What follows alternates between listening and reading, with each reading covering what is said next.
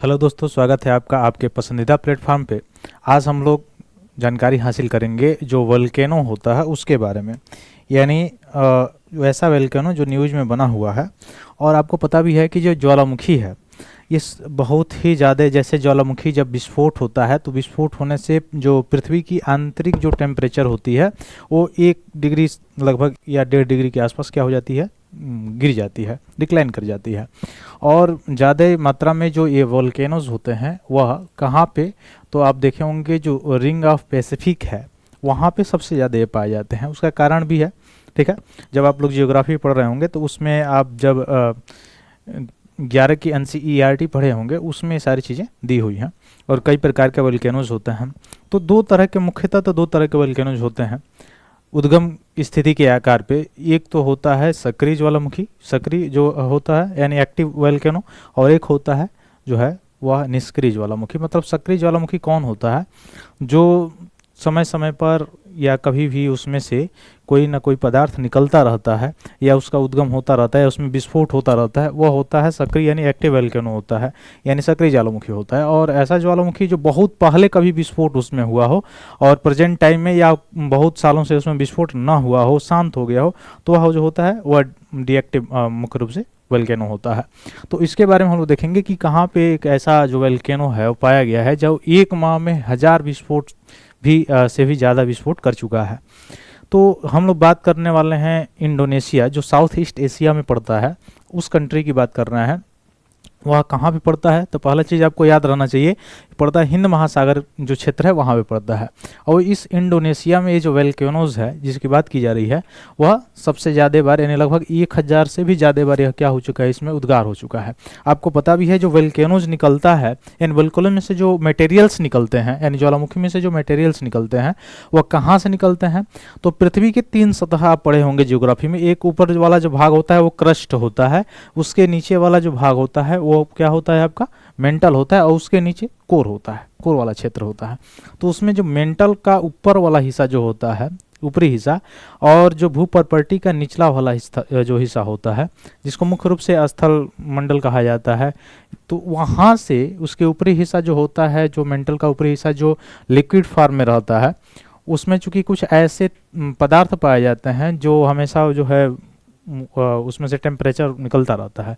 तो उन पदार्थों के कारण उनके जब ज़्यादा एक्टिव हो जाते हैं तो वह रिसाव के कारण क्या होता है, उसमें से निकलता है आपका मैग्मा। तो मैग्मा कहाँ से निकलता है, तो मेंटल का ऊपरी जो हिस्सा होता है वहाँ से, दुर्बलता मंडल उसको कहा जाता है, ठीक ना। तो दुर्बलता मंडल आप पढ़े होंगे, वहाँ से निकलता है। तो जब अंदर वो रहता है, जितने वो जो पदार्थ होते हैं जब अंदर होते हैं तो वह होता है मैग्मा कहलाता है। लेकिन जैसे ही विस्फोट जब होता है उसमें, हालांकि ज्वालामुखी में भी कई प्रकार के ज्वालामुखी होते हैं, एक तो थोड़ा धीमा विस्फोट करने वाला होता है, एक जो ज़्यादा तेजी मात्रा में विस्फोट करने वाला होता है वो लेक टाइप का बना लेता है कुछ। तो जब विस्फोट उसमें होता है, और कुछ ऐसे भी उसमें ज्वालामुखी होते हैं जिसके मटेरियल ज़्यादा द्रवित होते हैं, कुछ ऐसा होता है जो मटेरियल्स बहुत गाढ़ा होता है जो ज़्यादा दूर तक नहीं जा सकता है, ठीक है, बहुत ज़्यादा उसमें हैवी टेम्परेचर होता है। तो वह जो टेम्परेचर पृथ्वी के अंदर वाला जो टेम्परेचर होता है, जो मैग्मा के रूप में जो बाहर निकलता है लार्वा के रूप में, वह क्या हो जाता है, पृथ्वी के टेम्परेचर को 1 से 1.5 डिग्री सेल्सियस तक कम कर देता है। अब वो जब बाहर जाता है, यानी बाहर जब निकल के आता है तो वही लार्वा कहलाता है। अब उस लार्वा में बहुत सारी चीज़ें होती हैं, आपके जलवाष्प भी होते हैं, धूलकण भी होते हैं, और अन्य पदार्थ भी होते हैं। वही पदार्थ जब धीरे धीरे वो लार्वा ठंडा होता है, लावा जो ठंडा होता है, वो लावा ठंडा होने के बाद से जब जमता है तो चट्टान बनता है। अब आपको पता है कि वो कौन सा चट्टानें बनती हैं, वह आप सुने होंगे, वो चट्टानें बनती हैं आग्नेय चट्टानें। कौन सी चट्टानें बनती हैं, आग्नेय चट्टानें बनती हैं। तो पहला जो लावा से चट्टानें जो बनती हैं उन चट्टानों को क्या कहते हैं, आग्नेय चट्टान। आपको पता है 3 तरह की चट्टानें होती हैं, आग्नेय एक होता है, एक अवसादी होता है, और एक रूपांतरिक होता है, ठीक है। तो जो आग्नेय चट्टान बनती है किसके कारण बनती है, लावा जब ठंडा होता है, यही जो वोल्केनोज होता है जिसमें से मैग्मा, चूंकि अंदर वाला जब अंदर रहता है तो उसको, यानी दुर्बलता मंडल और स्थल मंडल के बीच में जब वो रहता है तो उसको मैग्मा कहा जाता है। जब वो बाहर निकलता है, धरातल पे आता है, तो उसको लावा कहा जाता है। उसमें बहुत सारी चीजें, गैस, अब गैस में से ऑप्शन आपसे जो है प्रीलिम्स में ऑप्शन पूछ सकता है कौन कौन से गैसें उसमें होती हैं। नाइट्रोजन होता है, नाइट्रस ऑक्साइड होता है, कार्बन डाइऑक्साइड होता है, कार्बन, ऐसे ऑप्शन करके पूछ भी सकता है आपसे, ठीक है। जलवाष्प भी उसमें होता है, धूलकण, राख जो है वो भी पाए जाते हैं। तो जब ये ठंडा होता है यह लावा, तो क्या बनता है, आग्नेय चट्टानें बनती हैं, ठीक। तो एक मोटा मोटा आइडिया जो है ये आप याद रखेंगे, ज्योग्राफी में आपने पढ़ा भी होगा। तो चलिए हम लोग इसकी शुरुआत करते हैं कि कहाँ पे पाया गया है। तो इस जो ज्वालामुखी है जो इंडोनेशिया में रिपोर्ट की गई है, जो बार बार विस्फोट हो रहा है इसमें, यह किस माउंट पे है? माउंट ईबू। कौन सा है? तो इस माउंट को याद रखिएगा, कौन सा माउंट है? ईबू माउंट है। और इस रिपोर्ट के अनुसार देखा जाए तो पूर्वी इंडोनेशिया में माउंट जो ईबू है, कम से कम 1000 बार विस्फोट उसमें हो चुका है वोल्केनो में। ठीक है, इसका मतलब वह ज़्यादा सक्रिय रूप में हो गया है। ठीक, अब ये पड़ता कहाँ है? जो पूर्वी इंडोनेशिया वाला जो भाग है, वह अगर आप देखेंगे मैप में, तो पूर्वी इंडोनेशिया वाला जो भाग है यह रिंग ऑफ पैसिफिक जोन में पड़ता है। और रिंग ऑफ पैसिफिक जोन में जो है वो कंसर्न रहता ही है वोल्केनोज का। ठीक, तो ये याद रखिएगा कौन सा माउंट है। माउंट का नाम क्या है? माउंट ईबू है, पूर्वी इंडोनेशिया है। बाकी सारी चीज़ में आप केवल वोल्केनो से रिलेटेड जो जियोग्राफी में जानकारी है उसको ध्यान रखेंगे, वह आप प्रीलिम्स के लिए आपके लिए बहुत ज़्यादा इंपॉर्टेंट रहेगा। आगे अगर चले हम और थोड़ा सा जानकारी अगर हासिल करें माउंट ईबू के बारे में, तो यह इंडोनेशिया के हल्माहेरा द्वीप में उत्तर पश्चिम के तट पर स्थित एक सक्रिय ज्वालामुखी है। तो ठीक है, एक्टिव ज्वालामुखी। अब आपको समझ में आ रहा होगा कि एक्टिव वोल्केनो क्या होता है। ठीक है, इसीलिए मैंने पहले ही इसको डिफाइन कर दिया कि एक्टिव जो है वोल्केनो क्या होता है और जो निष्क्रिय वोल्केनो ज्वालामुखी वो क्या होता है। ठीक है, तो उद्गम के स्थान पर इसको, मतलब उद्गम के आधार पर इसको कहा जाता है एक्टिव एंड डीएक्टिव। ठीक है, जैसे उसमें उद्गार हो रहा है, अगर कुछ समय पहले हुआ है या लगातार कंटिन्यू उसमें होता रहता है कुछ कुछ समय पे, तो वो तो है एक्टिव जो है वोल्केनो है। ठीक, तो ये जो वोल्केनो देखे गए हैं जो इंडोनेशिया में किस द्वीप पे देखा गया है?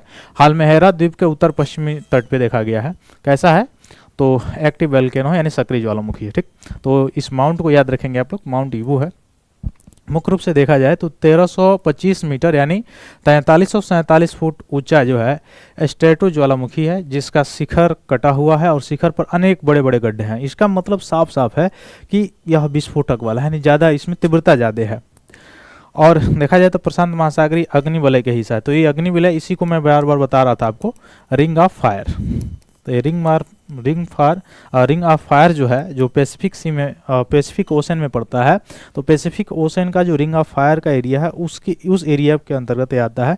तो लाजमी है कि वोल्केनो होगा। अब आप पूछेंगे कि क्यों यहाँ पे वोल्केनो ज़्यादा होता है, रिंग ऑफ जो फायर है इस एरिया में, जो पैसिफिक जो ओशन है, तो वह आप जाके वहाँ पे ज्योग्राफी जब पढ़ेंगे तो वहाँ स्पष्ट आप पढ़े होंगे, या फिर से ज्योग्राफी थोड़ा सा पढ़ लेंगे, 11 के एनसीईआरटी आपको समझ में आ जाएगा। ठीक, देखिए माउंट ईबू में लगातार विस्फोटों का इतिहास रहा है, ज़्यादा बार होता रहता है क्योंकि एक्टिव यहाँ पे वोल्केनो पाया जाता है। तो इसमें सामान्य बात है यहाँ जो उद्गार होना। ठीक है, जहाँ एक्टिव वोल्केनो होता है ऐसी घटनाएं होती रहती हैं। तो इसमें क्या क्या निकलता है? लावा प्रवाह, राख, गुबार, ये सब निकलता रहता है। ठीक, आगे अगर देखें स्ट्रेटो ज्वालामुखी। स्ट्रेटो ज्वालामुखी कौन सी ज्वालामुखी है? तो स्ट्रेटो ज्वालामुखी मिश्रित ज्वालामुखी है। इसे मिश्रित ज्वालामुखी कहा जाता है। क्यों? क्योंकि आमतौर पर ढलानदार सममित शंकु वाले लावा प्रवाह इसमें होता है, राख और अन्य विस्फोटक उत्पादों की वैकल्पिक परतों से बने होते हैं। ठीक है, तो ये याद रखिएगा, स्ट्रेटो ज्वालामुखी एक प्रकार का, ऑप्शन से आपसे देख सकता है कथन के रूप में, स्ट्रेटो ज्वालामुखी एक प्रकार का कैसा ज्वालामुखी है? मिश्रित ज्वालामुखी है। ठीक है, समतल ढाल ज्वालामुखियों के विपरीत इसकी चोटियां कैसी होती हैं? ऊंची ऊंची होती हैं। तो जिसकी ऊंची ज़्यादा चोटी होती है वह थोड़ा सा मतलब उतना ज़्यादा विस्फोटक नहीं होता है। ठीक, ये याद रखिएगा। तो रिंग ऑफ फायर में प्रशांत महासागर का जो अधिकांश हिस्सा यह घिरा हुआ है, ये याद रखिएगा। पृथ्वी के व्यक्तिगत ज्वालामुखियों में से सबसे बड़ा प्रतिशत 60% से भी ज़्यादा स्ट्रेटो ज्वालामुखी का है, यानी पृथ्वी पर सबसे ज़्यादा किसका भाग है? स्ट्रेटो ज्वालामुखी का, 60% से भी ज़्यादा। ठीक, अब इसमें जो लावा निकलता है वो चिपचिपे जो है होता है और आसानी से बहता नहीं है। तो जो मैं पहले बताया कि जो लावा ज़्यादा गाढ़ा नहीं होगा वो उसका बहाव क्षेत्र जो लिक्विड फॉर्म में ज़्यादा नहीं होगा उसका बहाव क्षेत्र ज़्यादा नहीं होगा। जब बहाव क्षेत्र ज़्यादा नहीं होगा तो ज़्यादा दूरी को तय नहीं कर पाएगा, और जिसमें लिक्विडिटी ज़्यादा है वह बहाव ज़्यादा दूरी तक तय करेगा वो। ठीक है, तो इसलिए लावा जो वेंट के चारों ओर जमा हो जाता है और खाड़ी किनारों वाला ज्वालामुखी फिर से बन जाता है। ठीक, तो यही कारण है कि बार बार यहाँ पे ज्वालामुखी बनते रहते हैं। और चिपचिपे मैग्मा के गैस के निर्माण के कारण विस्फोट होने की अधिक इसमें संभावनाएं बनी रहती हैं। ठीक, तो ये सारी जानकारी जो मुझे देनी थी वोल्केनो से रिलेटेड आपको समझ में आया होगा। अगर थोड़ा सा भी समझ में आया है तो उससे रिलेटेड देखिए ये क्लास जो है स्टैटिक्स का है, मुख्य रूप से करंट का, तो स्टैटिक्स करंट मैंने दोनों जोड़ के बता दिया है। बाकी अगर आपका स्टैटिक्स वाला हिस्सा अगर और अंदर से जाके अगर आपको पढ़ना है तो ज्योग्राफी थोड़ा सा एक बार आपको पढ़ना पड़ेगा, रिवाइज करने की जरूरत है, एनसीईआरटी वहाँ से आपका क्लियर हो जाएगा, ठीक है। और बिल्कुल ही प्रश्न यहाँ से पूछे ही जाते हैं आपके प्रीलिम्स के एग्जाम में। तो ये सारी जानकारी अगर अच्छी लगी हो तो लाइक कीजिए, सब्सक्राइब कीजिए। बहुत बहुत धन्यवाद दोस्तों, जय हिंद।